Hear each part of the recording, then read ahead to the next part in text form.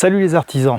Alors, ce matin, je voudrais revenir sur ce drame absolument terrible qui s'est passé sur l'A8 avec la mort de Éric Comines, ce gendarme qui a été fauché par un chauffard et qui laisse derrière lui une épouse qui s'appelle Harmonie et deux enfants, Valentin et Marie, qui ont 11 et 15 ans.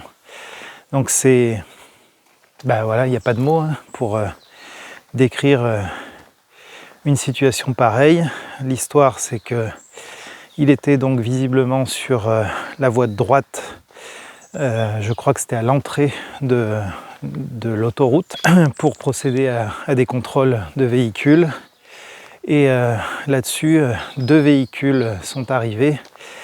Et celui de derrière, donc ils étaient sur la voie de gauche, et celui de derrière a déboîté, est passé sur la voie de droite et l'a renversé.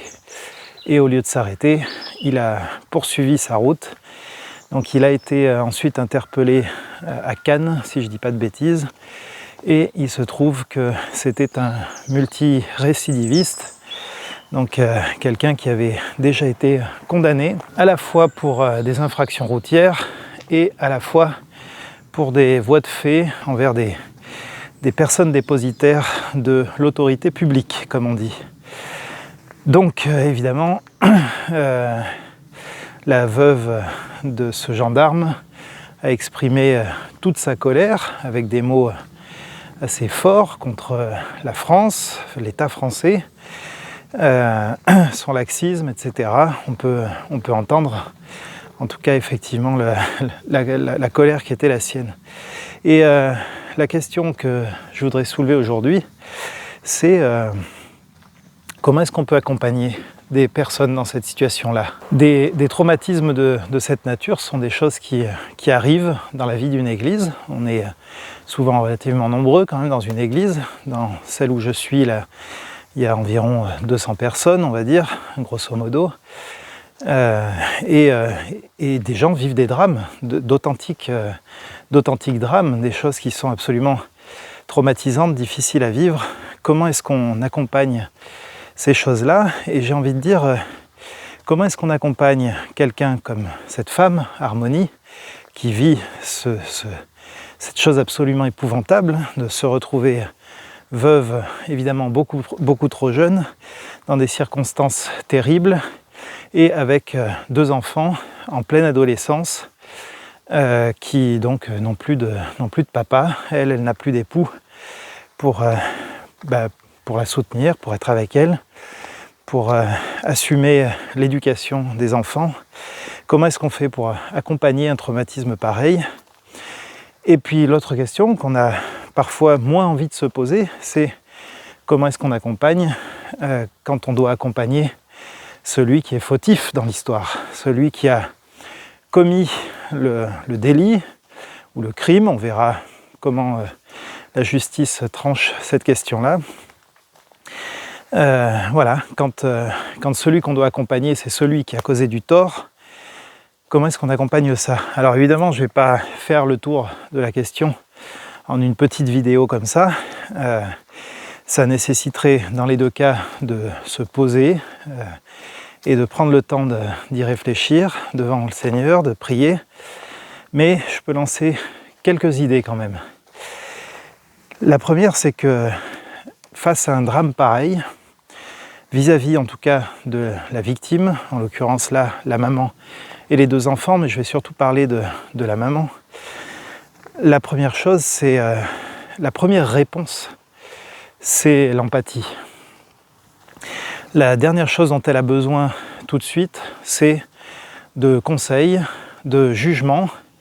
Elle n'a même pas besoin, je dirais, qu'on ouvre la Bible là, tout de suite, immédiatement, là, pour essayer de trouver des réponses et pour essayer de l'apaiser.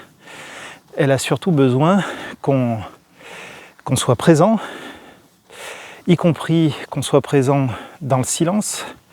J'aime à rappeler que les amis de Job, dans la Bible, n'ont jamais fait d'aussi bon travail que quand ils ont fermé leur bouche pendant une semaine Et ça a commencé à se gâter à partir du moment où ils l'ont ouverte.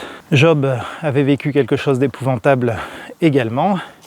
Et il me semble que la première des réponses est la meilleure. Quand on est un véritable ami, c'est de se tenir là, présent, quitte à être en silence, c'est pas grave, mais d'être là comme un compagnon de route sur un chemin difficile.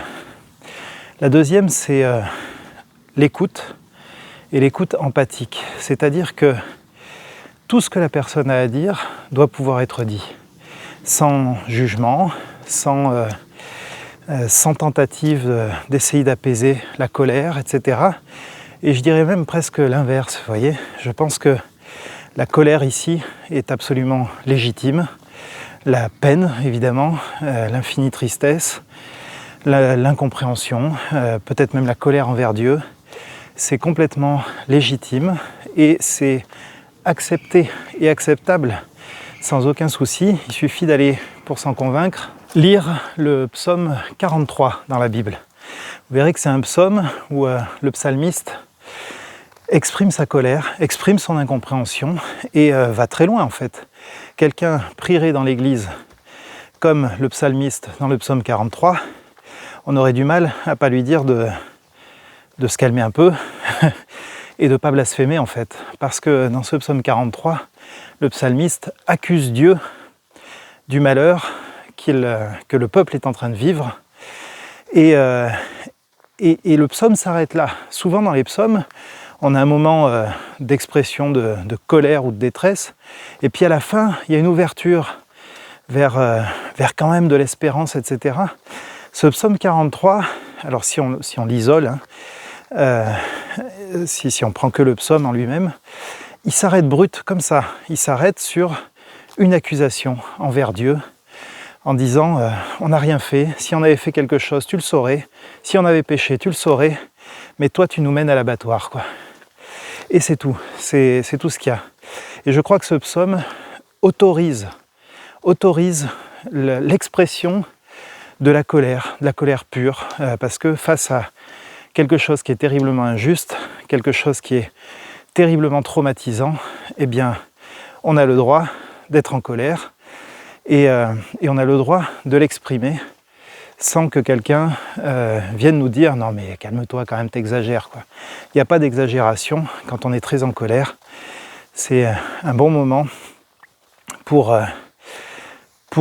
évacuer cette colère. Alors, c'est important aussi que ça soit devant Dieu. Et c'est là où on a un rôle. C'est que quand on accompagne quelqu'un, on représente l'Église, on est dans un cadre d'Église, et donc on est dans le cadre d'une relation avec Dieu. Et ça change tout, parce que c'est pas une colère exprimée pour l'entretenir, pour entretenir ce feu et cette rancœur. Et c'est pas ça, comme s'il s'agissait de l'ancrer. Il ne s'agit pas de ça, il s'agit de pouvoir l'exprimer devant Dieu qui est capable de tout entendre. Et on a besoin d'avoir quelqu'un comme ça, qui est capable de tout entendre. Voilà, donc ça c'est la première chose. Et il y aura d'autres étapes, bien sûr, après, hein, pour digérer aussi ce qui a besoin d'être digéré, pour pardonner là où il y a besoin de pardonner, pour être, je dirais, guéri là où il y a besoin de guérison, évidemment. Mais la première étape, je crois qu'elle passe par là, par le fait de pouvoir exprimer pleinement ce qu'on ressent. Et si on peut le faire devant des frères et des sœurs qui sont capables d'accueillir ces paroles, eh bien, je crois que c'est encore mieux, parce que voilà, il y a notre relation à Dieu, mais il y a aussi ce besoin qu'on devrait être en mesure d'apporter dans l'Église, d'être accueilli avec tout ce qu'on est, et notamment dans un moment traumatisant comme ça, avec toute la colère, la frustration, la peine, la dépression peut-être, enfin toutes ces émotions, tous ces états par lesquels on peut passer. La deuxième chose, c'est qu'il ne faut pas se précipiter pour essayer d'apporter des réponses. Il faut prendre le temps. Évidemment que ça va prendre du temps de digérer ce qui s'est passé, de pouvoir passer à autre chose. Autrement dit, le deuil va prendre du temps. Alors, le deuil a un début, il a une fin. C'est une période qui est normale. Évidemment qu'il faut viser à ce que ce deuil ait une fin. Mais dans un événement comme celui-ci, on ne peut pas s'attendre à ce que la fin soit dans 3 mois, quoi. Ça va prendre du temps et c'est normal. Alors ensuite, comment est-ce qu'on peut accompagner cette fois-ci, non pas cette femme et ses enfants, mais l'auteur du drame? Moi, ce que je note, c'est que dans l'Ancien Testament, par 2 fois, on lit que le Seigneur ne veut pas la mort du méchant, mais il veut qu'il se repente et qu'il vive. Alors moi, c'est ma ligne de conduite, au-delà de toute considération sur la peine de mort ou pas la peine de mort ou je ne sais quoi, parce que si j'en parle, c'est parce que la femme de ce gendarme l'a évoqué dans sa réaction publique. Et on peut là aussi entendre l'expression d'une colère légitime. En tout cas, dans ma ligne de conduite, elle consiste à vouloir, je dirais, la rédemption du méchant. Et donc la rédemption du méchant, elle passe par une authentique repentance. Donc dans l'accompagnement, c'est dans cette direction-là que je me tournerai, à savoir amener la personne à la repentance. Donc ça consiste en quoi la repentance? Premièrement, ça consiste à reconnaître ses fautes. Il a expliqué en garde à vue qu'il n'a pas vu le gendarme. Ok, bon, ça c'est un fait, pas dans le sens où je dis que c'est vrai, j'en sais rien si c'est vrai ou si c'est pas vrai. Mais en tout cas, il présente ça comme un fait. Mais il y a d'autres faits. Il y a le fait, par exemple, qu'il était sous l'emprise de l'alcool. Il y a le fait que c'est pas la première fois qu'il commet des infractions de même nature. Il y a le fait aussi, alors je ne suis pas allé regarder dans le détail le lieu sur la route, etc. Mais ce que je comprends, c'est qu'ils étaient sur la file de gauche et qu'il a déboîté par la droite. Alors est-ce qu'il a voulu doubler ou c'était quoi l'intention qui était là? En tout cas, s'il a voulu doubler, c'est aussi une infraction parce qu'on ne double pas par la droite. Enfin, en tout cas, c'est clair qu'il a fait des choses qu'il n'aurait pas dû faire. Et en fait, la première étape de la repentance, c'est de reconnaître ses torts et de les reconnaître sans ajouter de mais derrière ou d'atténuation, d'essayer de se trouver des circonstances atténuantes ou d'essayer de minimiser ou je ne sais quoi. C'est reconnaître pleinement et simplement ce qu'on a fait de mal. Ça, c'est la première chose. Et là encore, comme pour l'accompagnement de cette dame-là, je pense qu'il faut s'en tenir assez longuement à la première étape, parce qu'on pourrait parler de la suite, etc., notamment de l'accueil du pardon de Dieu et toutes ces choses-là. Mais en fait, là, on est sur des choses qui sont tellement graves, tellement importantes, que ça va prendre du temps, tout ça. Ça va prendre du temps. Donc il ne faut pas aller trop vite en besogne, il faut aller, je dirais, étape par étape. Il y en a pour des mois, si ce n'est des années. Et il ne faut pas précipiter le processus. Qui plus est, avec un multirécidiviste, puisque s'il est multirécidiviste, ça veut dire que c'est quelque chose qui est bien ancré en lui. Donc il ne va pas suffire de dire je suis vraiment désolé et voilà, je reconnais mes torts.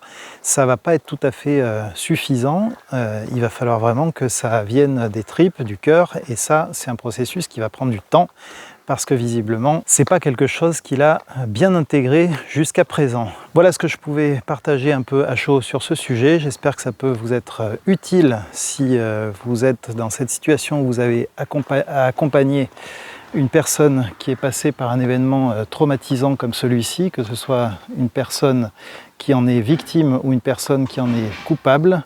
Et écoutez, maintenant je vous dis à la prochaine. N'oublions pas de prier pour cette famille, n'oublions pas de prier aussi pour la personne qui est à l'origine de ce drame, parce qu'ils en ont tous bien besoin. Quant à vous, prenez bien soin de vous, c'est le meilleur cadeau que vous pouvez faire au monde qui vous entoure. Salut!